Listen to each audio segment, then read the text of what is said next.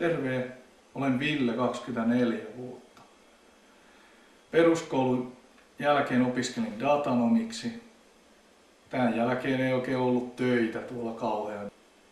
Sitten se muuttoi Seinäjoelle, jos vähän saisi paremmin töitä sieltä suunnasta. No niitä ei ole kyllä täälläkään päin, joten kaiken maailman pätkätöitä tuli tehtyä, mutta eihän sillä oikein elä, joten sitten saa työkkäristä kuulla tällaista Viva-projektista. Joten ajattelin sitten, että tässäkö olisi ehkä mahdollisuus. Joo, sitten kuitenkaan ollut kauaa täällä asunut, niin en oikein tiennyt näitä paikkoja, joten tännekin piti tulla juosten sitten. Ja vähän navigaattoria käyttäen. Että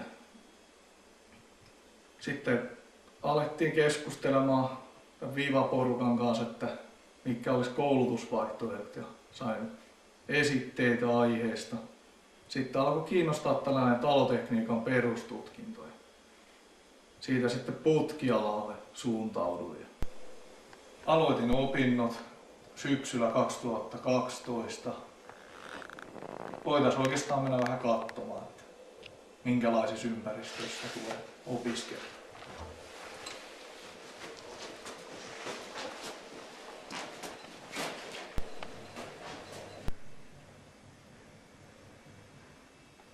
Joo, eli tässä on meidän työkaluvarasto, että nämä käytiin läpi heti ensimmäisellä viikolla. Että siinä on taivuttajaa ja akkuporakonetta.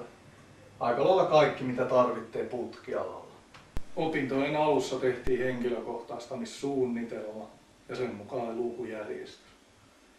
Että ollaan käyty läpi teoriaa ja käytäntöä.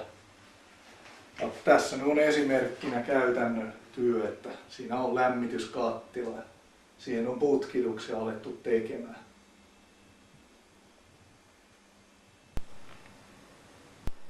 Joo, eli opiskelu on aika käytännönläheistä. Ja meillä on esimerkiksi asiakaskohteita ollut, joihin me ollaan tehty ihan asennukset, jotka on pysyviä siellä sitten. Että niin, täällä on oppinut kyllä oikein kantapään kauttakin, että minkälaista tämä ala on. Että on tää aivan erilaista kuin tällainen toimistotyö, mitä datan esimerkiksi. Niin. Joo, eli putkiala, se vaatii aika paljon suunnittelukykyä ja siinä pitää olla vähän jonkun sortin taiteellisuuttakin, että osaa hahmotella esimerkiksi asennuksen etukäteen ja vakaata kättä sitten kun ruvetaan hitsaamaan. Että siinä ei paljon käsi saa täristä, että muuten se ei onnistu. No, tänne on rakennettu tällainen oppimisympäristö, että tämä muistuttaa kerrostaloa. Ja tässä on esimerkiksi harjoiteltu viemäriasennusta, jossa on tärkeää, että kaadut on kohdallaan.